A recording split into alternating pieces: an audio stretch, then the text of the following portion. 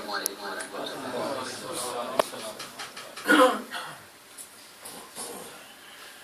بسم اللہ الرحمن الرحیم۔ رب اشرح لي صدری ويسر لي امری واحلل عقدۃ من لسانی یفقهوا قولی۔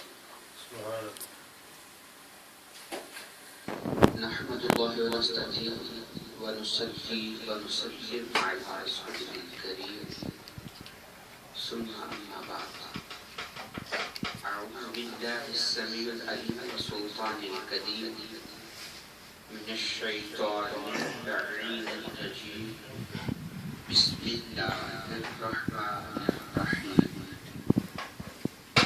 والليل إذا عسعس والصبح إذا تنفس۔ سبحان اللہ۔ صدق اللہ مولانا العظیم وصدق رسولہ النبی الکریم امین الرؤوف الرحیم۔ نبی اور آل نبی پر جھوم کر درود و سلام پیش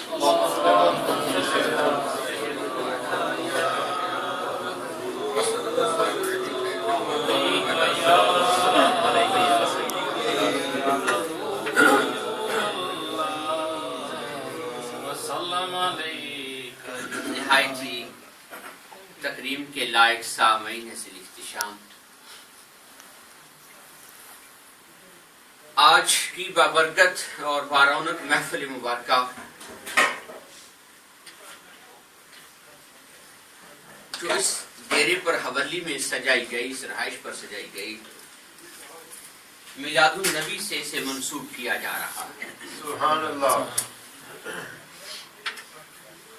میرے دل میں، حاشیہ دماغ میں نبی کریم صلی اللہ علیہ تحیت و ثنا کے بارے میں خلقت محمدی کا موضوع بھی آیا، ولادت محمدی کا موضوع بھی آیا اور بعثت محمدی کا موضوع بھی آیا۔ ان میں چند باتیں وقت کو خاطر میں لاتے ہوئے آپ کی سماعتوں کی نظر کروں گا۔ خالق کائنات نے جو میں نے جملے پڑھے ہیں، 30ویں پارے میں سے رب نے کہا واللیل اذا عسعس، مجھے قسم ہے رات کی جب ٹھہر ٹھہر کر جائے، والصبح اذا تنفس، مجھے قسم ہے صبح کی جب وہ آنے میں جلدی کرتی ہے۔ اذا تنفس، جب وہ جلدی کرتی ہے، مجھے صبح کی قسم ہے جب وہ جلدی کرتی ہے۔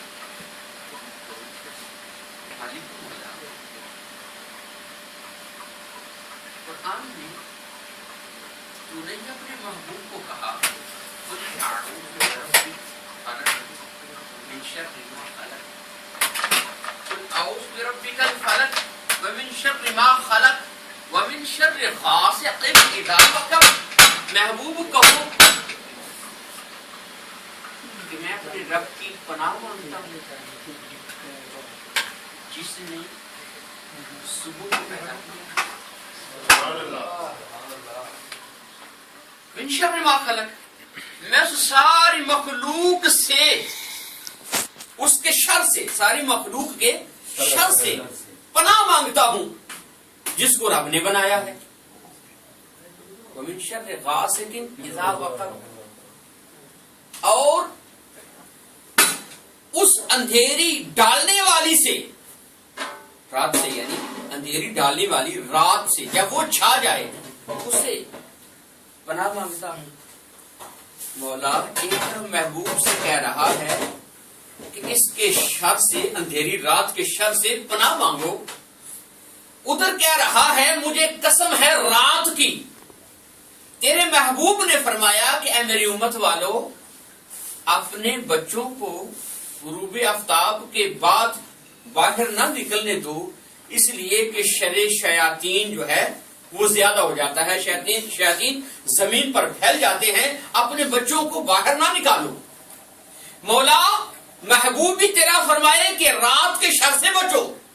تو بھی محبوب کو حکم دے کہ محبوب رات کے شر سے بچو.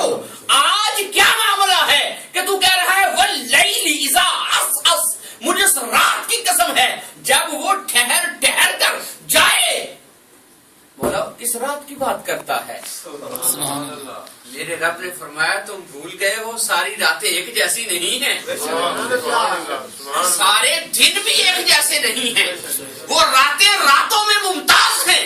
وہ دنوں سے ممتاز ہیں. مولا کون سے؟ فرمایا رات جب جا رہی تھی دن آ رہا تھا.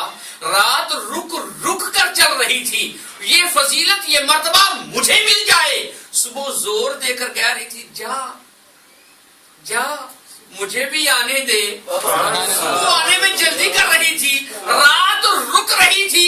فرمایا وہ رات میلاد والی تھی. وہ صبح میلاد والی تھی. رات رک کر چلتی تھی. صبح آنے میں جلدی کرتی تھی.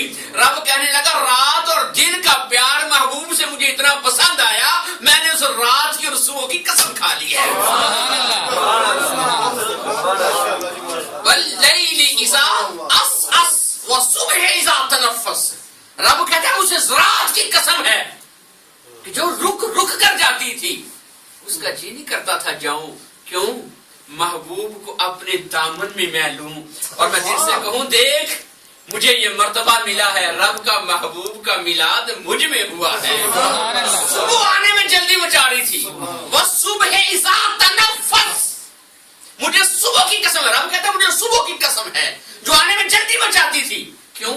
صبح کہتی تھی رات جا بھی مجھے آنے دے. محبوب کے آنے کا وقت ہوا جا رہا ہے. تو نہیں جائے گی تو محبوب مجھ میں کیسے آئیں گے؟ تو رب نے وہ وقت کر دیا کہ رات جا رہی تھی دن آ رہا تھا. دن کو بھی اور رات کو بھی دونوں کو رب تعالیٰ نے نوازا. رات جا رہی تھی دن آ رہا تو اپنے محبوب کا میلاد فرمایا. سبحان اللہ سبحان اللہ سبحان اللہ. بات سمجھ آ رہی ہے؟ میں پچھلے دنوں سید یوسف سید ہاشم الرفاعی صاحب کا مقالہ اس موضوع پر پڑھ رہا تھا نبی کریم صلی اللہ علیہ وسلم کی ولادت کے حوالہ سے. آپ نے فرمایا کہ کچھ لوگوں نے اس حدیث پر تعارض کیا. میں آپ کی سماعتوں کی نظر کرتا ہوں جو سید یوسف سید ہاشم الرفاعی نے اپنی کتاب میں لکھا. آپ کہتے ہیں کہ رب تعالی عز و جل کے سب سے پیارے تو ہمارے محبوب ہیں لیکن سب سے پہلے جنہیں رب نے پیدا کیا پیدائش کے لحاظ تخلیق کے لحاظ سے حضرت آدم علیہ السلام انسان انہیں زمین پر بھیج دیا. 300 سال تک زمین پر دعائیں مانگتے رہے. ربنا ظلمنا انفسنا وان لم تغفر لنا وترحمنا لنكونن من الخاسرین. جب یہ دعا مانگی تو ساتھ ایک بات کا وسیلہ دیا. جب قبول ہوئی نا دعا یا رب اسألک بحق محمد لما غفرت لی. اے اللہ تو نے اپنے محبوب کے واسطے مجھے معاف کر دیا ہے. تو رب نے فرمایا اے آدم تو نے میرے محبوب کو کیسے جانا؟ آدم علیہ السلام نے عرض کی ربا جب تو نے اپنی روح سے مجھ میں روح پھونکی میں نے اپنا سر بلندیوں کی جانب جب اٹھایا تو میں نے عرش کے پایوں پر لکھا ہوا پایا لا الہ الا اللہ محمد رسول اللہ. میں سمجھ گیا کہ تیرے نام کے ساتھ اسی کا نام ہو سکتا ہے جو تجھے برگزیدہ ہے اس لیے میں نے تجھے تیرے محبوب کا واسطہ دیا ہے. رب نے فرمایا صدقت یا آدم ولو لا ما خلقتک. اے آدم وہ نہ ہوتے تو تو نہ ہوتا.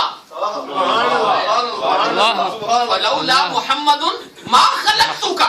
اے میرے آدم صدقت یا آدم. اے آدم تو نے سچ کہا اگر وہ نہ ہوتے تو تو بھی نہ ہوتا. دوسری حدیث رفاعی صاحب نے دونوں حدیثیں لکھنے کے بعد کیا لکھا وہ بعد میں بتاؤں گا. پہلے دونوں حدیثیں سن لو. دوسری حدیث جب آدم علیہ السلام نے رب سے دعا مانگی تو رب نے فرمایا اے آدم تو نے میرے محبوب کو کیسے پہچانا؟ عرض کی ربا جب تو نے اپنی روح سے مجھ میں روح پھونکی تو مجھے نام سکھائے سبحان اللہ. کیا سکھائے؟ نام سکھائے. تو نے اپنے نام کے بعد سب سے مخلوق میں پہلا نام مجھے اپنے محبوب محمد کا سکھایا. سبحان اللہ. میں سمجھ گیا تیرے ناموں کے بعد جو ریلیٹ پہلا نام مخلوق میں آ رہا ہے وہ تیرا برگزیدہ بندہ ہے، اس لیے میں نے وہ نام دیا. تو رب نے فرمایا صدقت یا آدم فلولاہ ما خلقتک وہو آخر الانبیاء من ذریتک. رب نے فرمایا اے آدم تو نے سچ کہا، اگر وہ نہ ہوتے تو نہ ہوتا، اور وہ تیری ذریت میں تیری اولاد میں سارے نبیوں کے آخر میں آئے. یہ دونوں حدیثیں سید ہاشم رفعی نے سابقہ وزیر اوقاف کویت نے اپنی صحیح میں اپنی حدیث میں سے کوٹ کیا، اپنی کتاب میں کوٹ کیا. کوٹ کرنے کے بعد کہتے ہیں لوگوں میں نے جو حدیثیں تمہیں لکھ کر بتائی ہیں یہ میں اپنے گھر کی کتاب سے نہیں لایا، فتاوی ابن تیمیہ سے لایا. اس کتاب سے لایا ہوں. کویت ہو یا سعودیہ ہو یا پورا خلیج ہو، ابن تیمیہ کو اپنا استاد اور مرشد مانتے ہیں، اپنا باپ مانتے ہیں. میرے بھائیوں ہم اپنی بات منوانے کے لیے تیار نہیں، کم از کم اسے مان لیں کہ جس نے اپنے فتاوی میں دونوں حدیثوں کو لکھا. ابن تیمیہ دونوں حدیثیں لکھ کر کہتا ہے، دونوں حدیثیں لکھ کر کہتا ہے کہ دوسری جو حدیث آ رہی ہے پہلی حدیث کی تائید میں یہ دونوں احادیث صحیحہ کی تفسیر لگتی ہیں. دونوں کیا لگتی ہیں؟ احادیث صحیحہ کی تفسیر لگتی ہیں. جسے احادیث صحیحہ کہا جائے وہ قابل استشہاد ہوتی ہے. تو ابن تیمیہ نے دونوں حدیثوں کو صحیح بھی قرار دیا ہے اور استشہاد کے قابل بھی کہا ہے. تو جسے ابن تیمیہ مانے، آج کا کوئی ملا انکار کر بھی دے تو اپنے باپ دادا کے انکار کر رہا ہے. بات سمجھ میں آ رہی ہے؟ ابن تیمیہ نے کہا یہ دونوں حدیثیں صحیح ہیں. حضرت ابن عباس رضی اللہ تعالیٰ عنہ روایت کرتے ہیں کہ رب تعالیٰ عز و جل نے عیسیٰ علیہ السلام پر وحی فرمائی.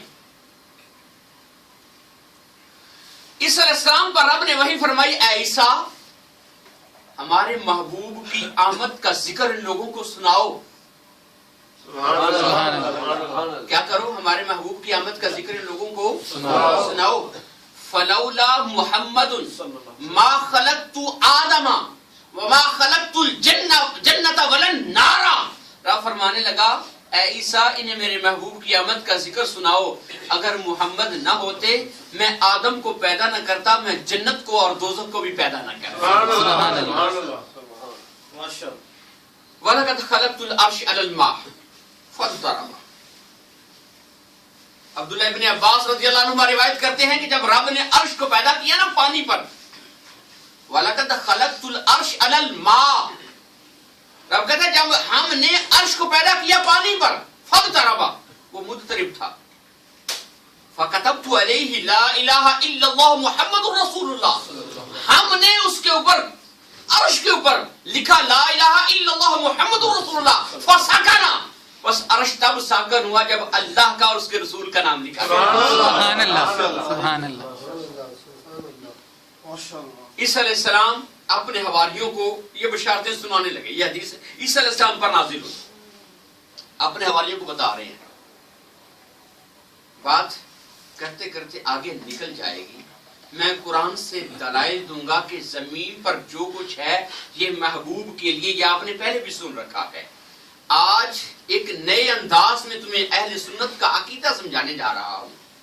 عیسیٰ علیہ السلام کے پاس ایک بڑھی آئی، پہلے بھی واقعہ آپ نے سنا ہے. یہ اس نے کہا کہ میں کنان سے آئی ہوں، میری بیٹی کو شفا چاہیے، اپنا دست مبارک اس پر پھینک دیجیے، اس کے لیے دعا کر دیجیے، اسے شفا دلا دیجیے، رب سے دعا مانگو. آپ نے فرمایا میں کنان والوں کے لیے تو نبی بن کے نہیں آیا.